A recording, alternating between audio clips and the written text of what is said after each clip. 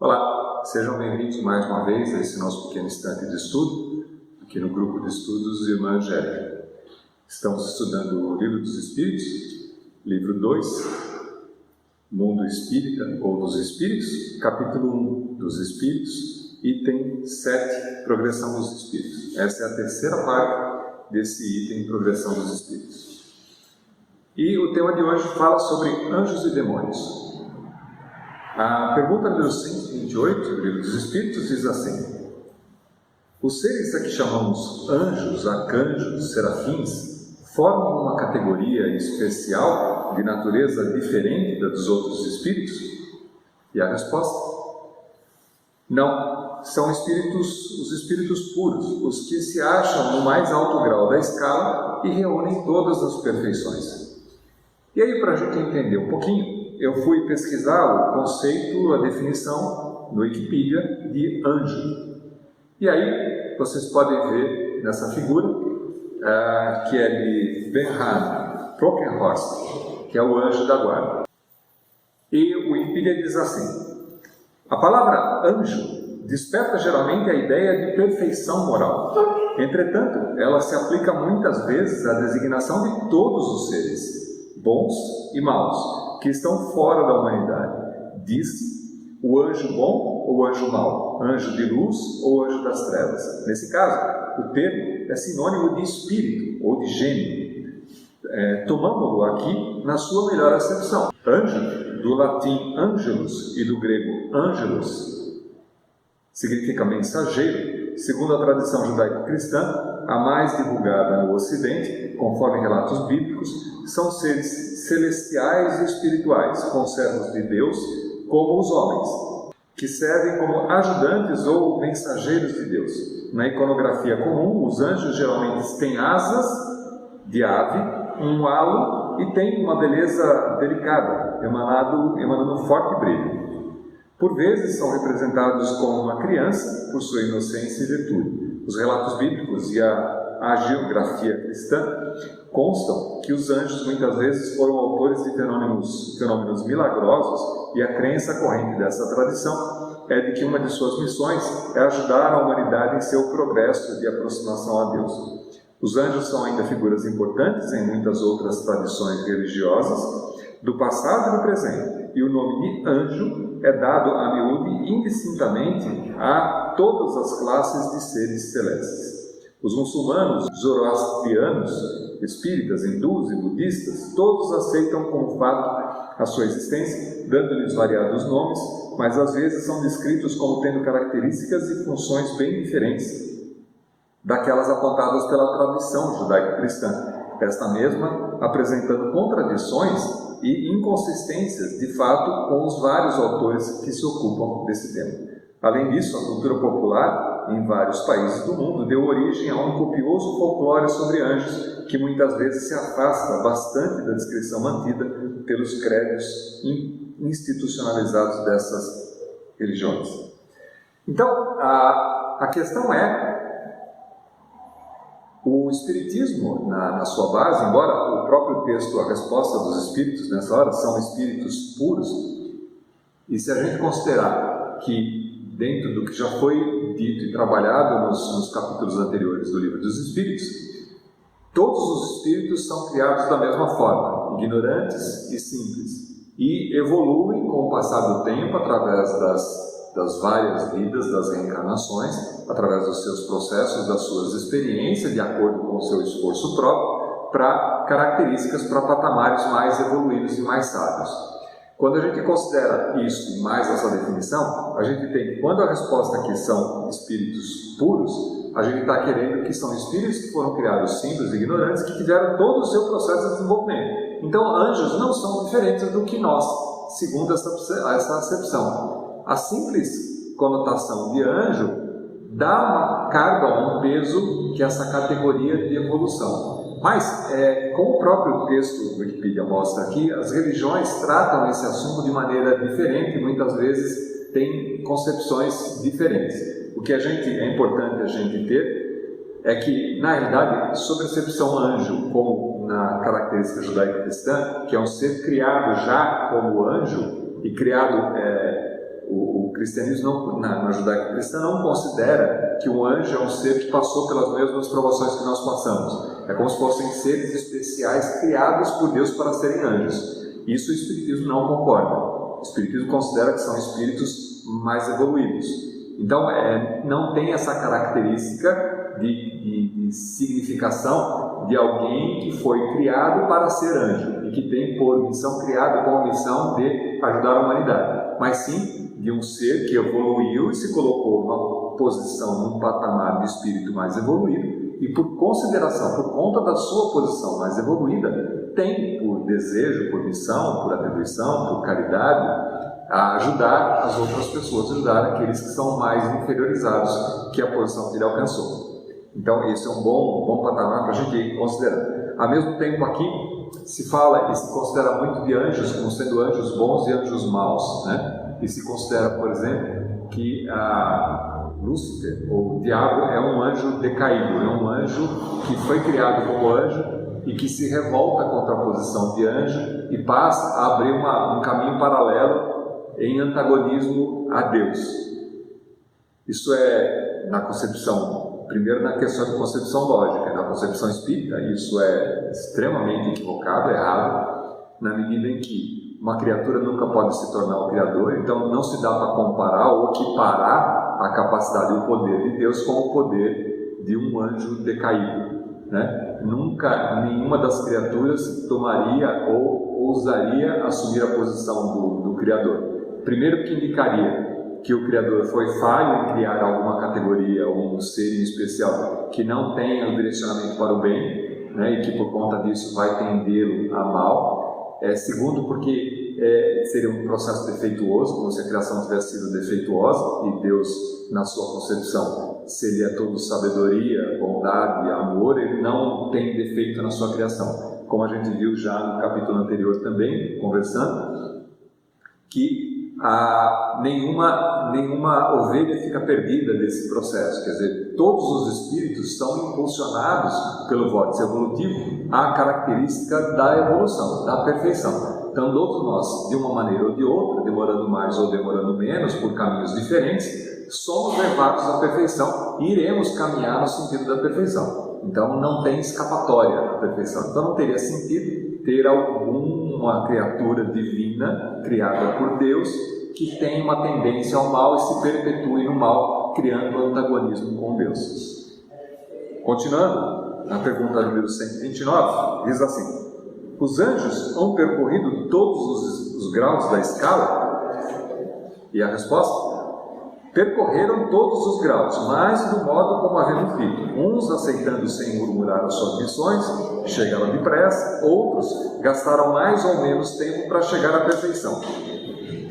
Ou seja, se a gente considera que eles são espíritos como todos os outros e que só a posição onde eles estão é mais evoluída, mais adiantada que a nossa, eles hão de ter percorrido um caminho muito parecido com o nosso.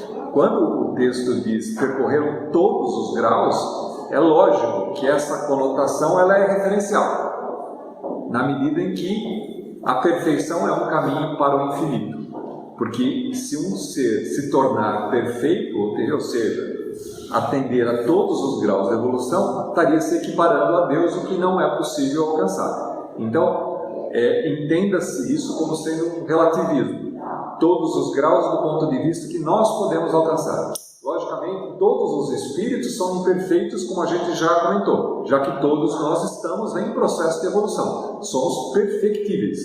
Então, do ponto de vista de referência, que a gente possa considerar ou chamar de anjo, é um espírito que já evoluiu tanto que, do nosso ponto de vista, está muito além da nossa capacidade de conseguir entender e que, por conta disso, se aproxima muito mais de Deus do que nós. Mas esses mesmos espíritos têm a capacidade e o conhecimento do quanto eles não sabem, na medida em que a referência deles é diferente. Eles estão em outro ponto referencial.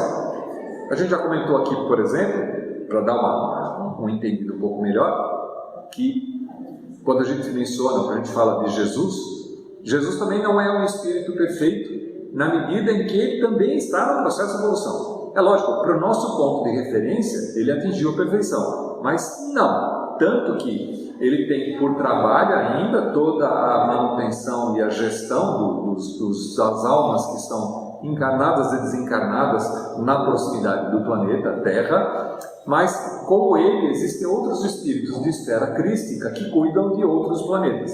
Daí, por lógica, dá para a gente inferir que devem existir espíritos mais evoluídos que até próprio Jesus Cristo, no sentido de ser aquele ser mais evoluído que comanda toda a ordem de espíritos de esfera crística que organizam e mantêm os planetas da nossa galáxia. E assim também, levando a potência, considerando outras galáxias, outros planetas, existirão outros espíritos também em escala diferente. Isso quebra um pouco aquela visão que Jesus Cristo é filho unigênito, é o único filho gerado por Deus. Na verdade, primeiro, todos somos filhos de Deus, então ele não pode ser o único filho, somos todos filhos. Ele é um irmão nosso, logicamente, pelo seu grau alcançado na evolução, ele está há anos-luz na evolução comparada conosco, mas ainda assim é um espírito em evolução que também tem processos a alcançar ainda, tem processos a evoluir. Pergunta número 130. Sendo errônea a opinião dos que admitem a existência de seres criados perfeitos, que é o que a gente já comentou, e superiores a todas as outras criaturas, como se explica que essa crença esteja na tradição de quase todos os povos, já que, como a gente comentou, várias religiões, povos diferentes, consideram essa figura do anjo, né? E a resposta: fica sabendo que o mundo onde te achas não existe de toda a eternidade, e que muito antes do que ele existisse, já havia espíritos que haviam atingido o grau supremo. Acreditaram os homens que eles eram assim desde todos os tempos. É lógico, a Terra foi criada num determinado momento, a gente também já discutiu isso quando a gente falou no capítulo da Gênesis, quando a gente estava falando da geração da Terra. A Terra, a ciência hoje já considera que tenha na sua formação cerca de 14 bilhões de anos, e a vida, como a gente conhece a vida humana, o terráqueo aqui na Terra, apareceu bem mais recente do que isso. Então a Terra se desenvolveu durante muito tempo. Se estima aí que a vida do homem na Terra deva ter de 300 a 500 mil anos. Se considerar 300 a 500 mil anos, comparado com 14 bilhões de anos da existência da Terra, a vida na Terra aconteceu há pouco tempo, né? Somos recentes aqui. E se considerar que a organização do planeta foi dada para um Espírito, Jesus, para coordenar todo esse processo de evolução, então a gente fica claro de entender que Jesus já existia antes da formação da Terra, ou seja, já era um Espírito mais evoluído, mais adiantado, tanto que recebeu, por responsabilidade, por competência, a administração desse planeta e das almas que estariam encarnadas aqui. E a gente não consegue dizer exatamente quanto tempo cada um de nós tem de vida espiritual, desde o processo da criação.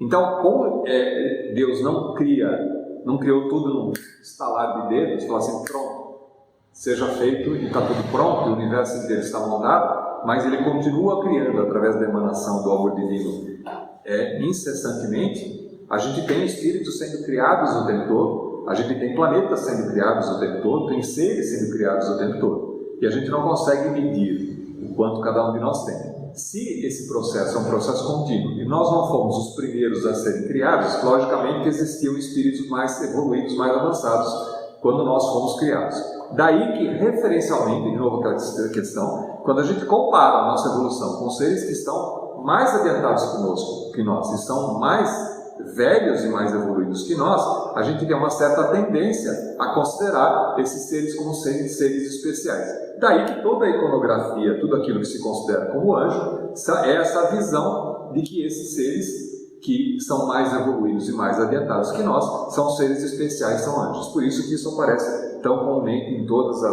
as religiões, em todas as culturas diferentes. E aí a gente entra para um outro capítulo agora. Na pergunta 131 diz assim: há demônios no sentido que se dá a esta palavra? Né? E aí a resposta: se houvesse demônios, seria obra de Deus. Mas, porventura, Deus seria justo e bom se houvesse criado seres destinados eternamente ao mal e a permanecerem eternamente desgraçados? Se há demônios, eles se encontram no mundo inferior em que habitais e em outros semelhantes. São esses homens hipócritas que fazem de um Deus justo um Deus mau e vingativo e que julgam agradá-lo por meio de abominações que praticam em seu nome. A palavra demônio não implica a ideia de espírito mau, né? Senão na sua acepção moderna, porquanto o termo grego demon, de onde se originou, significa gênio, inteligência, e se aplicava aos seres incorpóreos, bons ou maus, indistintamente. Por demônios, segundo a acepção vulgar da palavra, se entendem seres especialmente malfazejos. Como todas as coisas, eles teriam sido criados por Deus. E aí, nessa comparação, a gente entende que aquilo que se julga como sendo demônios, na verdade, são, na acepção atual, né, são seres que estão menos evoluídos, que por conta dessa menor evolução, são considerados inferiores. E aí a gente tem uma certa tendência. E de onde apareceu essa ideia de dizer que o demônio é ruim? Aparece quando a igreja católica em geral, a igreja cristã, quando começava a crescer, começa a tomar decisões políticas e que são rechaçadas através do processo mediúnico. As comunicações mediúnicas começam a dar conta de que a igreja estava tendendo para o caminho errado. Então, o que fez a organização da igreja? Fez como se estabeleceu como sendo a mediunidade proibida. Por quê? Se considerava que Deus não se comunicava, não existiam espíritos. Primeiro, que não existiam espíritos encarnados. Segundo, que aqueles que eram desencarnados e que se comunicavam, estavam próximos para se comunicar com a humanidade, eram espíritos maus. Daí, então, a pregação da palavra demônio. Então, ficou proibida qualquer comunicação mediúnica a partir de um determinado momento pela igreja, porque as comunicações mediúnicas estavam dando conta de que a igreja estava indo para um lado errado. O que você faz? Cala. E daí, então, carregou esse peso de demônio, que então não era, né? Eu não sei, foi Sócrates, se não me engano, dizia que tinha os demônios pessoais, particulares, e na verdade, o que ele chamava de demônios pessoais particulares eram espíritos desencarnados de pessoas próximas, que eram seus amigos, e que através deles ele trocava, ele conversava, tirava ideia. Então não tinha ali o peso do demônio como a gente tende a enxergar nos dias de hoje. E de novo, né, falou assim, Deus não poderia criar uma criatura permanentemente para o mal. Para quê? Né? Teria que ter uma injustiça, tanto pelo fato de ter criado criaturas que tenderiam sempre ao mal e nunca encontrariam a felicidade e o bem, seriam eternamente desgraçados, como diz o texto, né?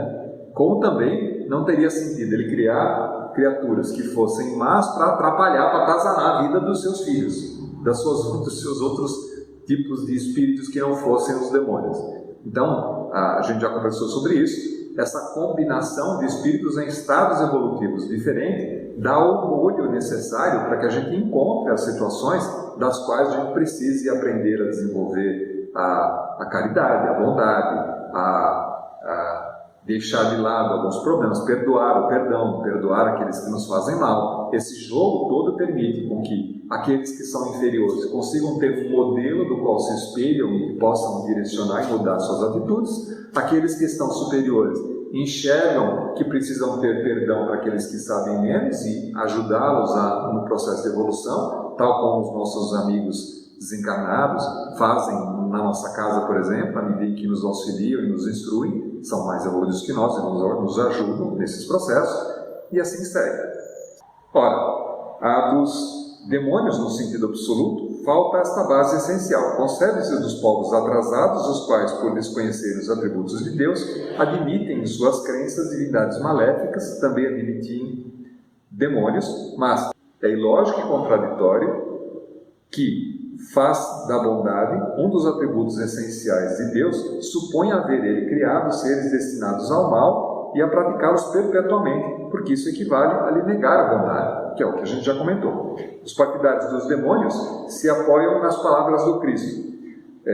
Não seremos nós quem conteste a autoridade dos seus ensinos, mas desejávamos ver mais no coração do que na boca dos homens. Porém, estarão aqueles partidários certos no sentido em que dava ao vocábulo, que o Cristo dava ao vocábulo, né? Não é sabido que a forma alegórica constitui um dos caracteres distintivos da sua linguagem?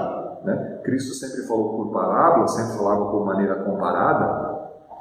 Deve-se tomá-lo ao pé da letra, em tudo que o Evangelho contém. De novo, a questão que a gente também já discutiu algumas vezes, da limitação do vocabulário e das várias tradições pelas quais o Evangelho passou. E a gente sabe que as palavras que estão no Evangelho não foram ditas pelo Cristo, mas foram transmitidas também para aqueles que foram levar esse conhecimento adiante, que aqueles que são selecionados como sendo os 4 evangelistas não conviveram, não eram compatriotas, não conviveram com Cristo, mas receberam por herança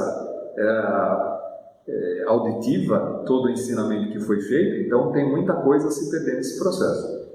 Não é possível que ele haja dito conscientemente uma falsidade. Assim, pois, se suas palavras há coisas que parecem chocar a razão, é que não as compreendemos bem,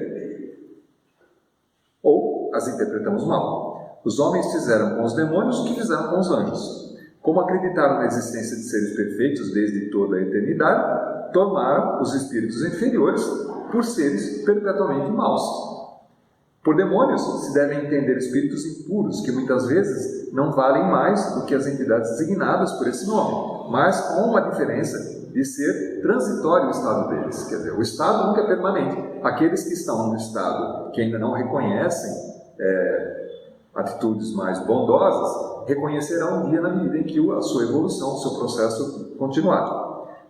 São espíritos imperfeitos que se rebelam contra as provas que lhes tocam e que por isso sofrem mais longamente, porque a seu turno chegarão a sair daquele estado quando quiserem, na sua própria decisão. Poder-se-ia, pois, aceitar o termo demônio com esta restrição. Como o entendem atualmente, dando-se-lhe um sentido exclusivo, ele induziria um erro, como faz crer na existência dos seres especiais criados para o mal. Satanás é evidentemente a personificação do mal sob a forma alegórica, visto não se poder admitir que exista um ser mau a lutar de potência a potência com a divindade e cuja única preocupação consistisse em contrariar os seus desígnios. De novo, não tem sentido, se Deus é soberanamente bom e justo, criador de todas as coisas, não pode existir uma outra força que lhe contraponha o seu poder, na medida em que tudo que é criado dele tem um poder inferior a ele. E ele não seria perfeito, não seria justo, não seria bondoso, não teria toda a sabedoria, se ele tivesse criado uma criatura defeituosa, que lhe contrapôs o poder. Como precisa de figuras e imagens que se impressionem a imaginação, o homem pintou os seres incorpóreos sobre a forma material, com atributos que lembram as qualidades ou defeitos humanos. É assim que os antigos, querendo personificar o tempo, por exemplo, o pintaram com a figura de um velho munido de uma foice e uma ampulheta, e representá-lo pela figura de um mancebo, fora contrassenso, quer dizer, representar a figura do tempo como sendo de um novo, de um rapaz, não faria muito sentido, já que o tempo é o tempo passando. Então, se concebe ele como sendo um velhinho. Essa é uma representação da figura de Cronos. E, quando a gente leva isso em consideração, traz uma dimensão bastante interessante. Porque, assim, a humanidade, a cultura da humanidade vem evoluindo, vem crescendo à medida que os tempos vão passando. E quando o cristianismo aparece, quando Cristo aparece na Terra, existiam já outras religiões, outras histórias, outras culturas, outras filosofias que estavam em voga naquela época. Então essas figuras, como a figura do Cronos, por exemplo, eram bastante conhecidas, principalmente dos povos romanos, porque vem da mitologia grega. Então, a mitologia grega tem uma história, e é bastante interessante, de como foi feita a criação do mundo, que era o que se apoiava a filosofia grego-romana. E essa figura do Cronos, que é a figura do tempo, que era uma figura da mitologia grega, era entendida dessa maneira. E a gente começa a perceber o tamanho da influência que essa filosofia e as mitologias aconteceram na própria acepção do cristianismo, quando ele começa a se difundir. É um caso que eu costumo sempre explicar, e talvez mais para frente a gente fale sobre isso. Por que, por exemplo, se comemora o dia do nascimento do Cristo como sendo 25 de dezembro? Se o tempo cristão é contado como ano zero, ele devia ter nascido dia 1º de janeiro, não 25 de dezembro. Por que comemorar dia 25 de dezembro? Porque é uma inclusão da cultura que existia e que a igreja, para poder fazer com que as pessoas comemorassem o nascimento do Cristo, coloca a mesma questão no solstício, na data do solstício, que era 20 de dezembro, e que a festa demorava 3, 4 dias para acontecer. Então esse período, que vai de 20 a 24 de dezembro, era um período pagão, onde se comemorava através de orgias, de comemorações a respeito da colheita das plantações. Era uma data festiva em que se levava muitos dias comemorando, e a igreja, querendo se impor, então faz um bem bolado ali e emenda a data do nascimento do Cristo logo depois dessa data pagã, dessa comemoração pagã, no sentido de aproveitar o impulso das pessoas da comemoração e tentar fazer com que elas tivessem uma aceitação melhor do cristianismo. Por isso que é comemorado dia 25 de dezembro e não dia 1º de janeiro. Esse é só um dos aspectos que mostram como é que a influência da cultura local acaba afetando.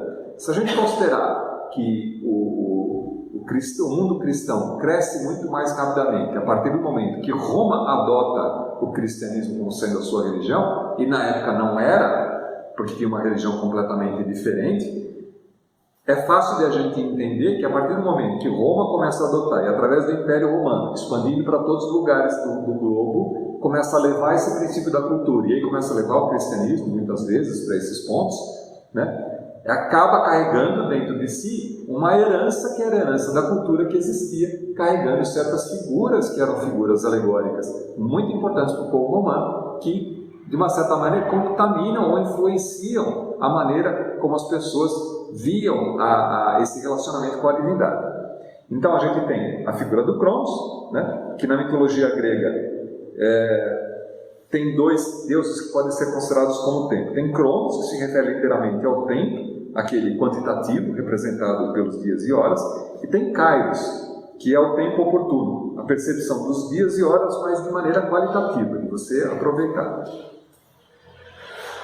E aí o texto do Livro dos Espíritos continua assim: o mesmo se verifica com as alegorias da fortuna, da verdade, etc. Os modernos representaram os anjos, os puros espíritos, por uma figura radiosa de asas brancas, como a gente já viu, emblema da pureza, e Satanás com chifres, né? Garras e atributos da animalidade, emblema de paixões vis. O vulgo, que toma as coisas ao pé da letra, viu nesses emblemas individualidades reais, como vira outrora Saturno na alegoria do tempo. A figura de Satanás, né? Então, de acordo com Laura Jegel, do site Live Science, não é de hoje que o embate entre o bem e o mal existe, e foi na antiguidade que diferentes culturas começaram a criar antagonismos com o intuito de explicar a presença dessas duas forças no mundo. A personificação do mal aparece nas Sagradas Escrituras na forma de uma entidade que surge para tentar a Jesus, e a explicação para sua presença está na ideia de que, se Deus criou tudo que existe, tudo que Ele cria é bom, então Satanás só pode ser algo que não foi criado por Deus como algo bom, mas que, por alguma razão, se desvirtuou e se desviou para o lado negro da força. Então, essa era a explicação, uma explicação, olhando para os dias de hoje, bastante infantil, né? Já que contrapõe o outro ponto da lógica, que era Deus criando alguma coisa ruim, que a gente também já discutiu, mas, e aí é interessante a gente tentar entender de onde aparece, por que Satanás é representado dessa maneira, né? Quando a gente vai, de novo, na cultura grega, na mitologia grega, a gente tem a figura de Hades, né? E Hades é o deus do mundo inferior ou dos mortos, segundo a mitologia grega. E seu nome significa o rico. E na mitologia romana, o seu representante é Plutão, né? Vale lembrar que esse deus é considerado como um dos deuses da segunda geração e é filho de Cronos com Reia, ambos nascidos de Gaia e Urano, né? Dentre vários irmãos está o famoso Zeus, o pai de todos os deuses que derrotou Urano e governou o universo. Então a gente sabe de onde é que saiu essa alegoria, essa figura do mal, da maneira como é representado para os dias de hoje, da história de onde isso vem. Mas não tinha essa concepção de maligna, de maléfica, como a gente entende nos dias de hoje. Como é bastante interessante esse assunto, eu vou passar para vocês um videozinho muito rapidinho, que fala da genealogia da mitologia grega. A mitologia grega é composta por várias histórias em que homens, deuses e heróis frequentemente enfrentavam o desafio de matar ou domar algum monstro. Nós estamos cercados por referências a essas histórias, seja na literatura, nos filmes, nos quadrinhos e nos jogos eletrônicos. Estamos em contato constante com essa cultura mãe. Muitas destas criaturas míticas foram baseadas em misturas de animais, homens e mulheres. A mitologia grega originou-se da união das mitologias dórica e messênica. Seu desenvolvimento ocorreu por volta de 700 a.C. Heróis, deuses, ninfas, centauros habitavam o mundo material, influenciando a vida dos gregos. Pitonisa, espécie de sacerdotista, era uma importante personagem neste contexto. Os gregos a consultavam em seus oráculos para saber sobre os acontecimentos do presente e do futuro. Quase sempre, Pitonisa buscava explicações mitológicas para os acontecimentos. Agradar uma divindade era a condição fundamental para atingir bons resultados na vida material. Os heróis eram aqueles que lutavam contra ou a favor dos deuses, que sozinhos não podiam interferir no rumo da história. Hércules, Aquiles, Jasão, Perseu, Édipo, Teseu e Ulisses são os principais heróis gregos. Algumas criaturas são destaque nesse período, como por exemplo Ecdna, mãe de todos os monstros e criatura formada do tronco de uma mulher, com a beleza de uma ninfa e caudas de serpentes. Ciclope era o gigante de um olho só, selvagem e tinha um crescimento anormal. Não tinha o mínimo de costumes sociais nem medo dos deuses. Sátiro ou Fauno, que é o ser metade humano e metade bode, podia ser encontrado tanto na mitologia grega quanto na romana. Os gregos realmente acreditavam na existência dessas figuras mitológicas. Alguns sentiam medo dessas criaturas e preocupavam-se com a possibilidade de encontrá-las pessoalmente. Para outros, as lendas tinham um objetivo mais simples: passar algum ensinamento vinculado às normas da sociedade grega e respeito com os deuses. Bom, é interessante, bastante interessante conhecer um pouco desse aspecto da mitologia, e é bastante... porque a gente começa a entender que a explicação que a humanidade faz da relacionamento com a divindade sempre aconteceu em todas as culturas diferentes, cada uma com uma explicação diferente. E a maneira como isso foi, de uma certa maneira, sendo preservado e levado adiante, trazendo para os dias de hoje as concepções que a gente tem. Em especial, quando a gente vê esse vídeo e lembra agora, volta e relê, por exemplo, a questão dos demônios, né, dos anjos e demônios, começa a ficar patente a figura de como são representados os anjos, muitas vezes como guerreiros de armadura e espada e flechas na mão, como sendo heróis, como sendo aqueles que são os defensores de Deus, que defendem a humanidade, que são os que trazem benefício, e os demônios como sendo aqueles seres que fazem mal, muitas vezes ligado aos aspectos mais materiais, mais físicos do planeta, da Terra, das necessidades mais materiais, e que trazem esse aspecto negativo, que a igreja muitas vezes, no começo, fazia questão de ressaltar e de dizer que isso era mal, porque queria que as pessoas se dedicassem ao bem, queriam levar esse princípio da elevação espiritual. E pela elevação espiritual, então, se distanciar dos aspectos mais materiais.